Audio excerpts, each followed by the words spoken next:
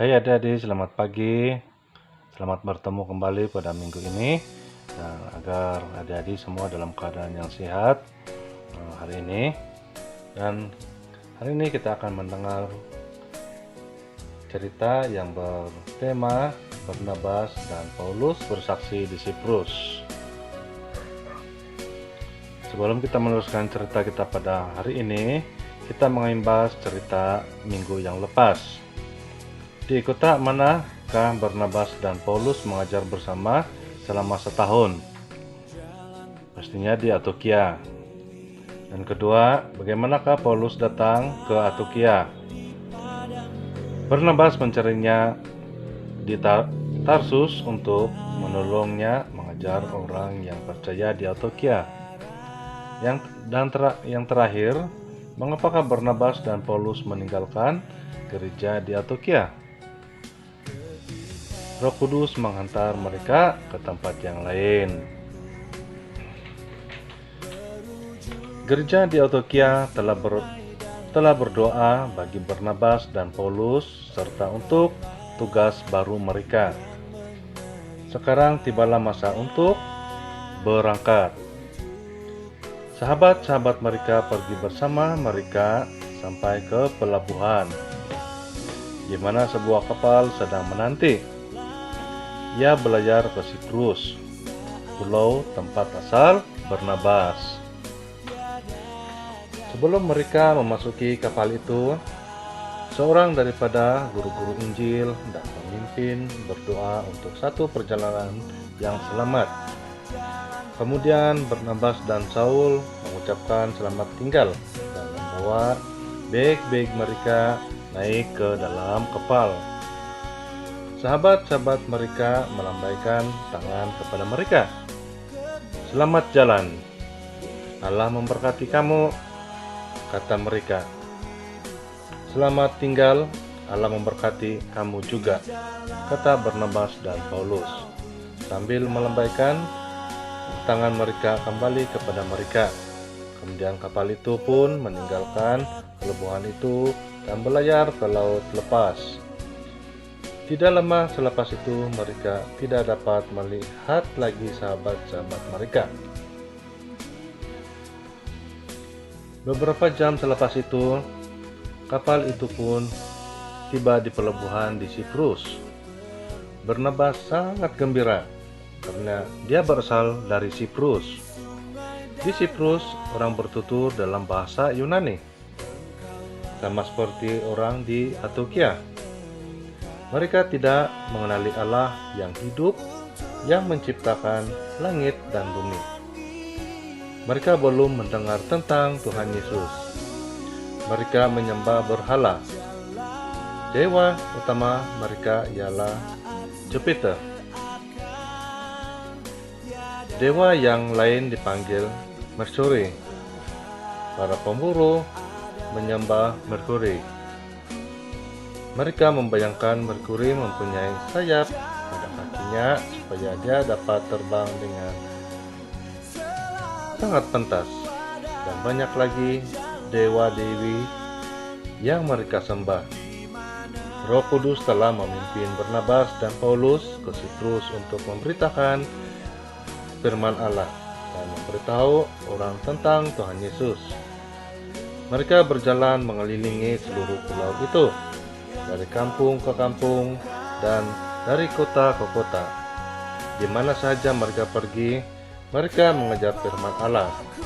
Ada orang yang gembira untuk belajar mengenali Allah yang hidup, ada juga yang menolak.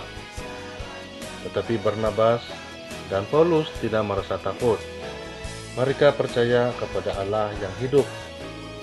Mereka percaya akan apa yang dijanjikan oleh Tuhan Yesus kepada murid-muridnya. Aku akan sentiasa bersamamu hingga ke akhir zaman. Ini bermaksud sehingga Yesus datang kembali. Barnabas dan Paulus menjelajah seluruh pulau itu, sehingga mereka tiba di kota Papos. Papos tidaklah sebesar Antiokhia, tetapi adalah kota yang terbesar dan terpenting di pulau itu. Istana Gubernur Roma terletak di Paphos. Namanya ialah Sergius Paulus. Gubernur ini telah diberitahu tentang Barnabas dan Saul. Sekarang dia berharap untuk mendengarnya sendiri. Oleh sebab itu, dia meminta Barnabas dan Paulus untuk datang ke istananya dan mengajarkannya tentang firman Allah. Itu adalah suatu penghormatan yang besar. Mereka sangat gembira untuk pergi ke sana karena jika Gubernur menjadi seorang Kristen, lebih mudah bagi orang di Siprus untuk percaya kepada Yesus. Ada seorang lelaki bernama Elimas yang berkhidmat untuk Gubernur. Elimas ialah seorang Yahudi, tetapi dia tidak menyembah Allah.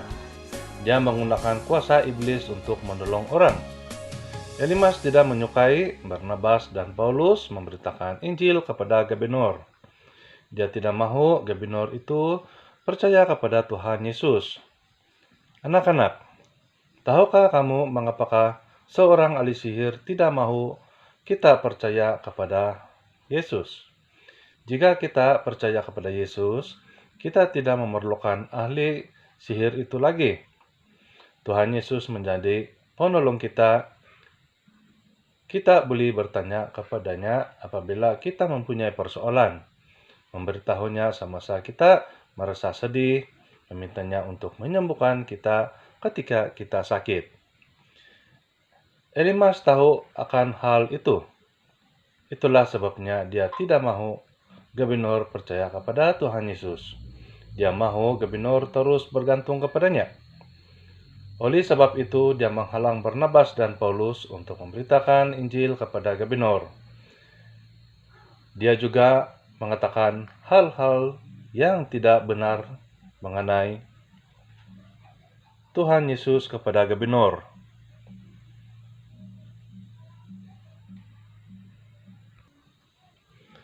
Tetapi Tuhan Yesus berserta Barnabas dan Paulus. Roh Kudus ada di dalam hati mereka, dan karena itulah mereka tidak takut kepada Elimas. Paulus menatapnya dan berkata, "Hai kamu anak iblis, seterus segala yang benar, kamu yang penuh tipu daya. Tidakkah kamu mau berhenti memisongkan jalan Tuhan yang betul? Tuhan akan menghukum kamu pada saat ini juga. Kamu akan buta, tidak dapat melihat cahaya matahari untuk beberapa waktu."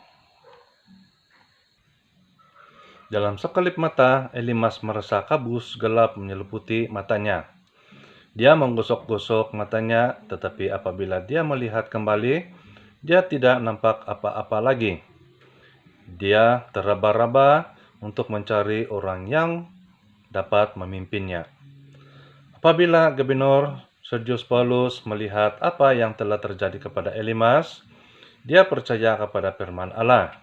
Elimas tidak dapat menghalangnya lagi daripada mendengar apa yang ingin diajarkan oleh Barnabas dan Paulus kepadanya mengenai Yesus. Selepas Barnabas dan Paulus mengucap selamat tinggal kepada sahabat-sahabat mereka di Antiokhia, kemanakah kapal itu berlayar? Tentunya ke Pulau Siprus.